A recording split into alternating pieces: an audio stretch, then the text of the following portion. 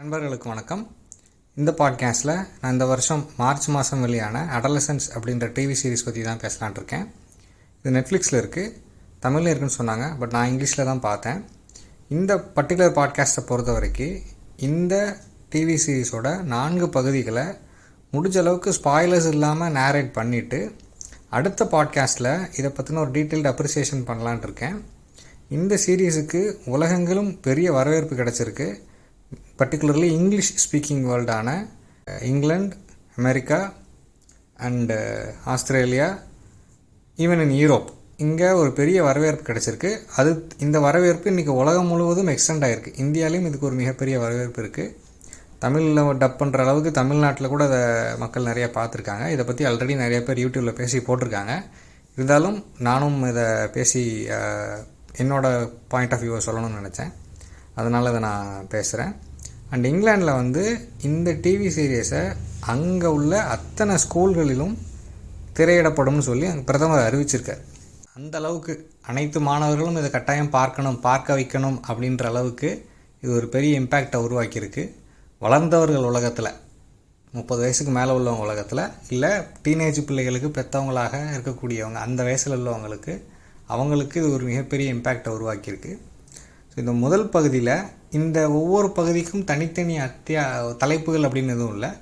முதல் பகுதி டே 1, முதல் நாள், இந்த கதையை ஆரம்பிக்கிற முதல் நாள் நடக்குது. இந்த பகுதியோட ஆரம்பத்தில் 2 போலீஸ்காரங்க, ஒருத்தர் இன்ஸ்பெக்டர் ஆன், அவரோட பேர் பாஸ்கோம்பி, அவரோட அசிஸ்டண்ட்டான சார்ஜென்ட், அவங்க பேர் சார்ஜென்ட் ஃப்ராங்க். இவங்க 2 பேரும் ஒரு காரில் உட்காந்து பேசிகிட்டு இருக்காங்க. ஒரு தகவல் வருது. அந்த இன்ஸ்பெக்டர் மகனை பற்றி கவலைப்பட்டுருக்கார். மகன் பள்ளிக்கூடத்துக்கு போகலான்றான். இது ஏன் பள்ளிக்கூடத்துக்கு போகல அப்படின்னு சொன்னா அப்படின்றது 2வது பார்ட்டில் அதுக்கான ஒரு சின்ன க்ளூவெல்லாம் இருக்கும். ஸோ ஒரு தொடர்ச்சி இருக்கும். அந்த பையன் ஏன் பள்ளிக்கூடத்துக்கு போக விரும்பலை அப்படின்றது அது வெளிப்படையாக சொல்லப்பட்டிருக்காது, பட் காட்சியாக இருக்கும். அவர் நீ அம்மா, அவர் ரிப்ளை பண்ணாமல் விட்டுறாரு பையனுக்கு. இவங்க 2 பேரும் அந்த குடும்ப கவலைகள் சாதாரணமாக பேசிகிட்டு இருக்காங்க. அவங்களுக்கு ஒரு தகவல் வருது. அவங்க 2 பேரும் கார் எடுத்துகிட்டு ஒரு இடத்துக்கு வர்றாங்க. இவங்க சேர்ந்த இடத்துக்கு ஆல்ரெடி அங்கே ஒரு பட்டாலியனே நிற்கிது, ஒரு பெரிய போலீஸ் படையே நிற்கிது. ஒசாமா பின் லேடனை பிடிக்க வந்த மாதிரி ஒரு பெரிய டீமே இருக்காங்க. அவங்க ஒரு வீட்டு கதவை உடச்சி, காலையில் 6 மணி, ஒரு வீட்டு கதவை உடச்சி உள்ளே போகிறாங்க. ஏதோ ஒரு தீவிரவாதி அரெஸ்ட் பண்ண வந்திருக்காங்கன்னு சொல்லி நம்ம பார்க்குறவங்க நினச்சிட்டு இருந்தா, அவங்க அங்கே அரெஸ்ட் பண்ண வந்தது ஒரு 13 வயசு பையனை. அந்த பையன் பெட்டிலே பேண்ட்லேயே உச்சா போகிற அளவுக்கு அவன் பயந்துடுறான். அதுக்கப்புறம் அவங்க அப்பாவை கூப்பிட்டு அவனை ட்ரெஸ் எல்லாம் மாற்ற சொல்லி அந்த பையனை கூப்பிட்டு போகிறாங்க. பையனோட பேர் ஜேமி மில்லர். அவனுக்கு 13 வயசு தான் ஆகுது. அவங்க அப்பா எட்டி மில்லர், ஒரு பிளம்பர். அவர் பையன் மேலே உள்ள கம்ப்ளைண்ட் என்ன அப்படின்னா, அவன் அவனோட கிளாஸ்மேட் பொண்ணை கேட்டி அப்படின்ற பொண்ணை கத்தியால் குத்தி கொன்னுட்டான் அப்படின்றது. இது அங்கே வீட்டில் வச்சு அவங்க சொல்லலை. பையனை வண்டியில் ஏற்றிட்டு போகும்போது தான் அந்த இன்ஸ்பெக்டர் சொல்கிறாரு, இதுதான் அவன் மேலே உள்ள புகார், நீ எதுவும் வாயை திறந்து பேச வேண்டாம், நீ என்ன சொன்னாலும் அதை உனக்கு அகைன்ஸ்டாக கோர்ட்டில் யூஸ் பண்ணுவோம், உனக்கு லாயர்லாம் நாங்கள் அப்பாயின்ட் பண்ணுவோம், நீங்கள் விசாரணை நடக்கும்போது உங்கள் வீட்டில் பெரியவங்க யாராவது கூட இருக்கலாம், எல்லா ரூல்ஸையும் சொல்லி தான் கூப்பிட்டு போகிறாரு. இப்போ பையன் இல்லைன்னு மறுக்கிறான். அவங்க அப்பா ஸ்டேஷனுக்கு இது ஒரு போலீஸ் ப்ரொசீஜரல், ஒருத்தர் அரெஸ்ட் பண்ணால் ஸ்டேஷனுக்கு கொண்டு போனால் என்ன பண்ணுவாங்க, என்ன இது டீட்டெயில்டாக எடுத்திருக்காங்க. இந்த காட்சிகள் எல்லாமே ரியல் டைமில் நடக்கிறதாக அப்படியே எடுத்திருக்காங்க. அங்கே ஒரு லாயர் வர்றாரு. அப்பா கிட்ட முதல்ல பேசுகிறான், அப்புறம் லாயர்கிட்ட பேசும்போது அப்பா கிட்ட இல்லைன்னு சொல்கிறான். லாயர் என்கொயரி நடக்கும்போது எப்படி எல்லாம் பேசணும்னு சொல்லி கொடுக்குறாரு, எந்த கேள்விக்கு எப்படி பதில் சொல்லணும் அப்படின்ற மாதிரி சொல்லி கொடுத்துருக்காரு. பையனோட ஹெல்த் கண்டிஷன் செக் பண்ணுறாங்க, பிளட் சாம்பிள் எடுக்கிறாங்க. இது வரைக்கும் மிக மிக டீட்டெயில்டாக எடுத்திருக்காங்க. அண்ட் இந்த அத்தியாயத்தோட முடிவில் ஒரு என்கொயரி நடக்குது. அதில் ஒரு அதிர்ச்சி பார்க்குறவங்களுக்கும், அந்த கதையில் சம்மந்தப்பட்டவங்களுக்கும், அந்த பையனை தவிர்த்து சம்மந்தப்பட்ட இந்த பையனோட அப்பாவுக்கும் லாயருக்கும் போலீஸ்காரங்களுக்கு ஏற்கனவே தகவல் தெரியும். ஒரு அதிர்ச்சி. ஸோ இதை பார்த்துட்ருக்க நம்ம, அந்த பையனோட அப்பா, அந்த லாயர் எல்லோரும் என்ன நினைப்போம் அப்படின்னா கண்ணால் காண்பதும் போய் தான், அதை தீர விசாரிக்கணும் அப்படின்ற மாதிரி தான் எல்லாரோட ஒப்பீனியனும் இருக்கும். ஸோ அந்த விசாரணை அடுத்த சாப்டரில் தொடருது. சாப்டர் 2 3வது நாள் நடக்குது, டே 3. இன்ஸ்பெக்டர் பாஸ்கோம்பியும் சார்ஜென்ட் ஃப்ராங்க் இவங்க 2 பேரும் சேர்ந்து ஜேமி படித்த ஸ்கூலுக்கு போகிறாங்க. அங்கே போயிட்டு வந்து ஜேமியோட ஃப்ரெண்ட்ஸ், அது போக கொலையான கேட்டியோட ஃப்ரெண்ட்ஸ் அந்த ஸ்கூலில் பொதுவாக விசாரித்து என்ன நடந்துச்சு, 2 பேருக்கும் ஏற்கனவே ஏதாவது பகை இருந்ததா, ஜேமி கொலை பண்ணுறதுக்கு பயன்படுத்திய கத்தி வந்து இன்னும் கண்டுபிடிக்கப்படலை. அவங்களுக்கு மோட்டிவ் என்னன்னு தெரில. ஒரு கொலை நடந்தால் அதுக்கு ஒரு மோட்டிவ் இருக்கணும் இல்லையா? என்ன காரணத்துக்காக ஒரு பையன் கூட படிக்கிற ஒரு பொண்ணை கொலை பண்ணுறான்? அவங்க வழக்கமாக காதலா, வேறு என்ன பிரச்சனை அப்படின்ற ஆங்கிளில் அதை விசாரிச்சுட்ருக்காங்க. கொலையான கேட்டியோட ஃப்ரெண்டை விசாரித்தா அந்த பொண்ணு ரொம்ப இன்டிஃப்ரெண்ட்டாக பதில் சொல்கிறாங்க, ரொம்ப அரகண்ட்டாக பதில் சொல்கிறாங்க, எந்திரிச்சு போயிடுறாங்க. அப்புறம் ஜேமியோட ஃப்ரெண்டை விசாரித்தா அவனும் வந்து இன்டிஃப்ரெண்ட்டாக தான் பதில் சொல்கிறான். மொத்த பள்ளிக்கூடமும் இவங்களை வந்து ஒரு மாதிரி இன்டிஃப்ரெண்ட்டாக தான் நடத்துகிறாங்க. அங்கே உள்ள டீச்சர்ஸ் இவங்களை மரியாதையாக நடத்துகிறாங்க. பட் இந்த போலீஸ்காரங்களை வந்து அந்த பள்ளி மாணவர்கள் நடத்தக்கூடிய விதம், தமிழ்நாட்டில் ஒரு கான்ஸ்டபிள் வந்து ஒரு இடத்துல நின்னாலே அங்கே ஒரு அன்ஈஸியான அமைதி உருவாயிரும். அது particularly school and college students மத்தியில். ஆனால் இங்கே வந்து இவங்க 2 பேரை வந்து மற்றவங்க நடத்தும் விதம் வந்து பார்க்குறவங்களுக்கு ஒரு அதிர்ச்சியாக இருக்குது. அங்கே உள்ள ஆசிரியர்களை நடத்துக்கிறது, அங்கே மாணவர்கள் ஆசிரியர்கள் ஒரு பெரிய கலாச்சார அதிர்ச்சி. இது இப்படி தான் யதார்த்தத்தில் இருக்கா அப்படின்ற லெவலில் அங்கே உள்ள டீச்சர்ஸில் கொஞ்சம் வயசானவங்க வந்து இந்த 2 பேருக்கும் சப்போர்ட் பண்ணி, போலீஸ் ஆஃபீஸர்ஸ் 2 பேருக்கும் சப்போர்ட் பண்ணி என்கொயரிக்கு உதவி பண்ணும்போது அங்கே இருக்கக்கூடிய ஒரு யங்கஸ்ட் ஃபேக்கல்ட்டி என்ன சொல்கிறாரு அப்படின்னா, இவங்க கூட எப்படி மனுஷன் பேசுவான்ற மாதிரி, நீங்கள் தான் பார்க்குறீங்களேன்ற மாதிரி அவர் ஒதுங்கி போயிடுறாரு. அவர் எதுவுமே எந்த விதமான சப்போர்ட் பண்ணுறதுக்கும் அவர் அங்கே ரெடியாக இல்லை. அண்டு இந்த சார்ஜென்ட் என்ன ஃபீல் பண்ணுறாங்க அப்படின்னா, இந்த ஒட்டுமொத்த அட்மாஸ்ஃபியரும் ஸ்டிங்ஸ்ன்றாங்க. திரும்ப வந்து அது 2-3 தடவை சொல்கிறாங்க, இது நாத்தம் அடிக்குது அப்படின்ற மாதிரி. இங்கே கிளாஸ்ட்ரோஃபோபிக்காக இருக்குது, அடைச்சி வச்ச மாதிரி இருக்குது, நாத்தம் அடிக்குதுன்ற மாதிரிலாம் சொல்கிறாங்க. அண்ட் இவங்க 2 பேருக்கு தெரியாத ஒன்று அங்கே உள்ள எல்லாருக்கும் தெரிஞ்சிருக்கு, அந்த ஸ்டூடெண்ட்ஸுக்கு. அண்ட் அதை யாரும் இவங்கள சொல்ல தயாராக இல்லை அது அவசியம் இல்லைன்னு நினைக்கிறாங்க. இல்லை இவங்க இப்படியே இருக்கட்டும், முட்டாள் மாதிரி இருக்காங்கன்ற மாதிரி அந்த ஒரு மிதப்பான ஒரு தெனாவட்டான ஒரு பார்வையிலே இவங்களை பார்த்துக்கிட்டே இருக்காங்க. இன்ஸ்பெக்டரோட பையனும் அங்கே தான் படிக்கிறான். அவனுக்கும் அவங்க அப்பாவுக்கும் ஒரு எஸ்ட்ரேஞ்ச்மெண்ட் இருக்கத்தான் செய்யுது. அவங்க அப்பா முதல்ல அவனுக்கு மெசேஜ் அனுப்பிட்டு தான் வர்றாரு, நான் ஸ்கூலுக்கு வர்றேன், பட் நீ இருக்கிற கிளாஸுக்கு வரமாட்டேன், வந்தாலும் உன்னை கண்டுக்கிட மாட்டேன்ற மாதிரி தான் சொல்லிட்டு வர்றாரு.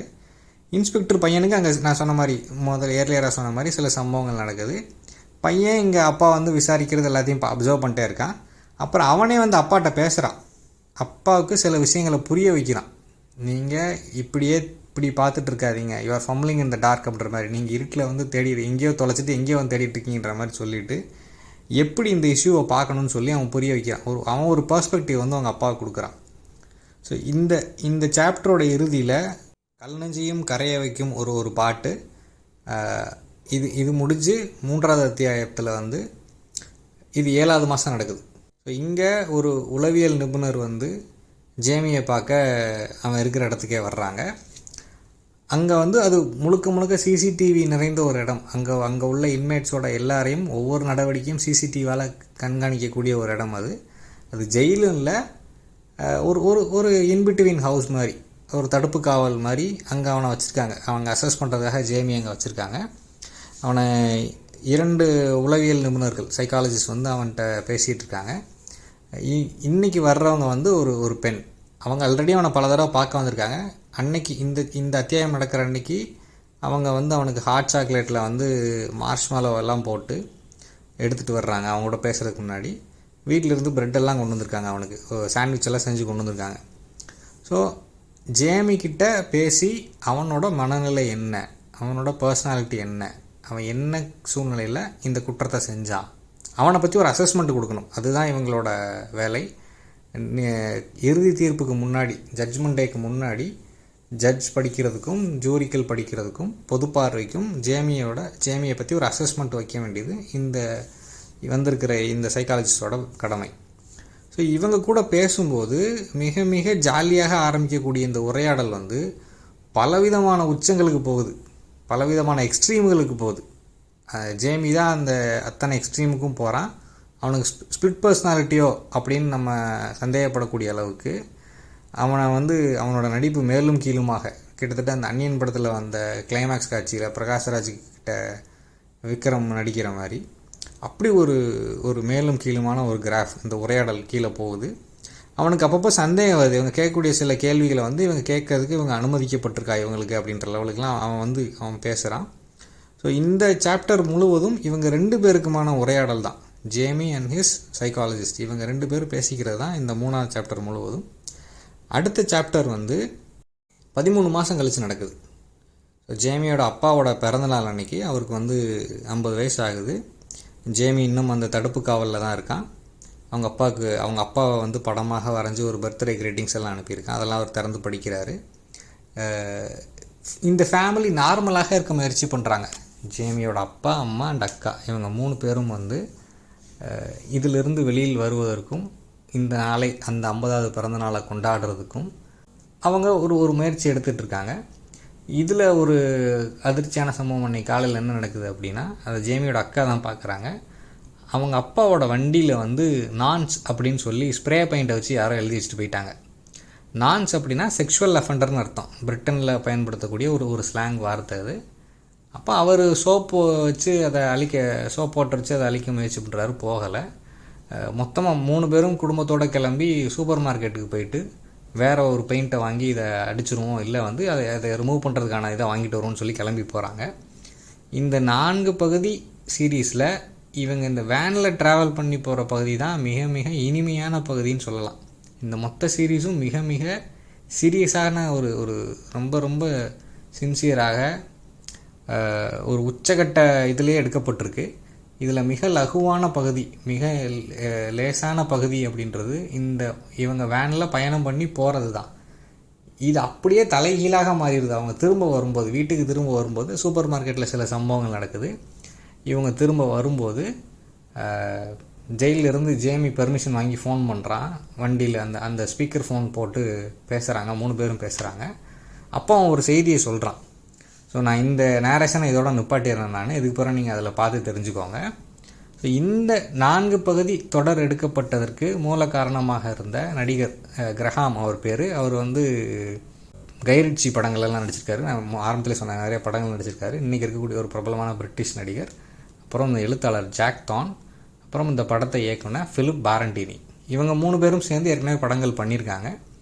ஸோ இவங்க 3 பேரும் பாராட்டுக்குரியவர்கள். இன்றைக்கி மிக மிக சமூக பொறுப்போடு, வெறும் வணிக நோக்கத்தோடுன்னு இல்லாமல், வணிக நோக்கத்தோடு தான் நெட்ஃப்ளிக்ஸே ஒரு வணிக நோக்கத்தோடு இயங்கக்கூடிய ஒரு நிறுவனம் தான்.